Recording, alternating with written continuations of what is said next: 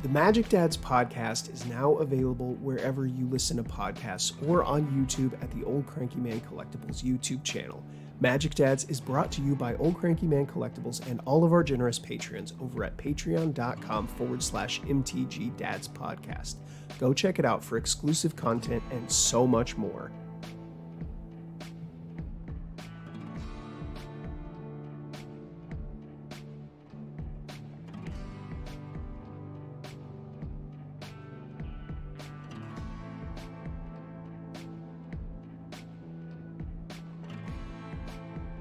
What's up, everybody? Welcome to the Magic Dads podcast. My name is Blake. I'm here with Stefan. Hi, how you doing? I'm dancing. I'm good. How are you, bro? I'm not going to stop dancing.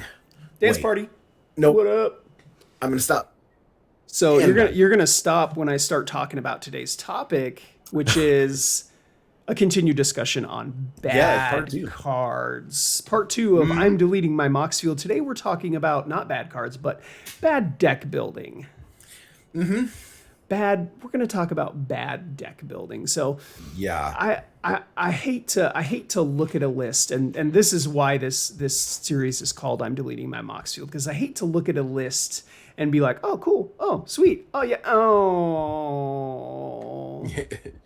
The quality of the deck building is like interesting at first, and then drops off, and then just drops off a cliff. And like, I will take these. I like your idea. I will take these 60 cards, and then I will not take these 40 cards. Those can stay on your Moxfield. I'm not going to have those in mine. You and I have shared decks back and forth where it's like we'll change 5 to 10 cards out of it, and it's like those are more of a preference thing. But if you're cutting a full 40% of the deck, and that's not the mana base, that's the actual playables. Non-zero amount of times where I have sent you a deck list and your only reply was exclamation point, because you immediately were like, I like these 7 cards. The rest of it is trash. Yeah. So let's talk about a couple of common things that people do that are bad deck building. Heavy air quotes here. First thing on the list is packages. So, Stefan, please tell me, what exactly is a package? Okay, so from time immemorial, people like to group things together. And they like to see the synergies that exist within different parts of games and then group those together. And so cards that function together very well and sort of have a lot of synergy, especially like cards like 5 to 10 cards, people call those packages of cards. And they lump them together, and basically if you're playing one, you're playing all of them. So give me an example. So for example, if you are in black and you want to play a discard spell, oftentimes you'll play like the best discard spell, and then because you want the density of those cards, you play 5 of them. Yes. So discard spells are a prime example of packages. So there are about 3 really, really solid discard spells. And then there are about 4 or 5 okay discard spells. And then there's about 6 that are just really bad and you should not play them. Divest. And so oh god. So, they'll be deck building and they'll be like, I want to cast a Thoughtseize on turn 1. Well, I only get to play 1 copy of Thoughtseize in my 100 card singleton deck, so I guess I have to add all of these other cards. You don't have to. No. Another good example of a package is what is called a lands package. Oh yeah. So a lot of people, will be like, I'm building this deck, and here I have 75 cards. I need 25 cards more. Well, I'm playing green, and I could play crop rotation, maybe or maybe not, but also I could play Thespian Stage and Dark Depths, and then I could put a Vampire Hex Mage. I could put a Vampire Hex Mage in my deck, and since I'm doing the lands thing already, I might as well put a Tabernacle of the Pendril Veil in my deck, and I could also put a Vesuva in my deck, and I could keep going on and on and on. But packages work in specific contexts. So, Right. a good rule that I like to use when I'm building a deck is, does this do what my deck is already doing?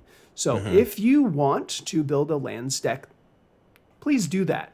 Build a Yeah, lands Shapeshift deck. is a baller card. Please build a lands deck. But maybe putting a bunch of do nothing lands in your Jund mid range deck is not the best thing that you could be doing. Wow.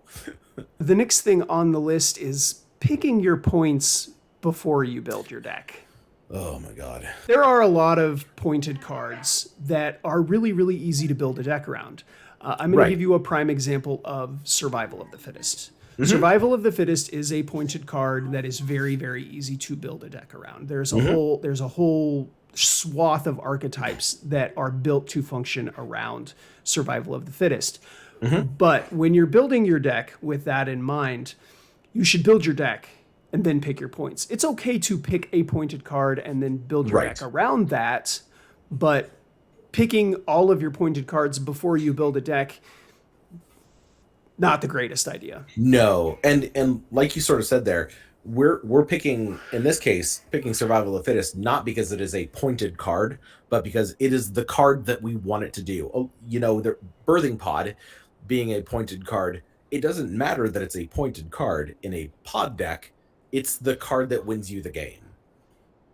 And so getting caught up on what is and isn't points, I think for a long time people fell into the trap of like, I want to run this card because I have an extra point and I might as well like I need a card to fill that last point, so I'm going to play this card that is actually not great in your deck. Yep. And interestingly enough, a lot of those cards have sort of just come off the points list lately. So that segues nicely into the next topic, which is traps.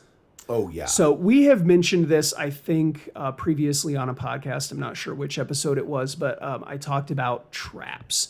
So a lot of the times you will have your 9 points, and you will be like, well, I need one more point. So I will pick crop rotation. And because I have crop rotation in my deck, now I will add lands things. Mm-hmm. It's a trap. It's probably better to just play 9 points. Mm-hmm. Exactly. Rather than to add an extra layer to your deck. That's just going to dilute your current strategy. It's going to put cards in your deck that don't function very well on their own. When you include those cards, you're going to view them as higher value too while you're playing, and so you're going to draw them at a time that it doesn't matter, and you're gonna overvalue that card. Yes. In a context where it's not really Yes. doing a whole lot. I think right now is one of the best times in the format ever to play a 9-pointed deck, because all of the chaff has come off. You don't have to have 10 points in your deck. Just because you can doesn't mean you should. One of the cards I did want to talk about is sort of like traps where you have a really good card and you are including a bad card because the good card makes that card good. What is it? What is it? What is it? Tell me. So in this case, a lot of people will play like Stoneforge Mystic, and they'll include some of the clunkier equipment in the deck, even though it's not good in that deck. So a lot of the swords don't go in every deck. Come on, man. Don't hate on Sword of Fire and Ice. I'm not all right. I'm not hating on it. I'm saying it costs a lot of mana, and even 2 mana to power it out with a Stoneforge Mystic, you could be powering out a Cauldron Complete, or you could be getting a lot of the times the Caldra Complete is gonna get the job done. Yeah. You know, when you have the Stoneforge in there to find whatever equipment suits you for that specific moment, your list does not need to be super long. No. Having it in your deck increases your chances of actually drawing it, and drawing it at the wrong time decreases your chances of winning. Yeah. The last point on here is hyper focusing on a single card. Yeah. This is sort of going back to talking about building around a card. It's totally cool and good to build around a card as long as the rest of the cards in your deck are also good. Prime example of this is Luke, our friend Luke. He put this very, very eloquently last time that I was talking to him about Bant Seeker Walk. So Luke, before he was playing Seeker Walk, was playing Alurin. Now, Yeah. Alurin and Seeker Walk, very, very similar strategies, very, very different point spreads. Yeah. So what he said was this. I like playing Alurin, but you have to play a lot of bad cards to make that deck work. There's nothing worse than drawing a Dreamstalker when you're Oh behind, yeah. or drawing a Oh. Cavern Harpy. And that's kind of what we're getting at here. Like, these cards, they do the thing when you have the Alurin, but if you don't have the Alurin, they don't do anything. What's really funny is Alurin also is weaker now than it has been historically because of the counterplay that it allows with stuff like Opposition Agent, where your Yeah. opponent can just cast it for free now Or in response to your. White Plume Oh my Adventurer. god. Get Yeah, there's. punished. Yeah, it really, like, and yeah, you could. Just because you can doesn't Doesn't mean you mean you should. should. Hey, thanks for watching Magic Dads, you guys. Just want to remind you that We're proud of you. Bye. Love you.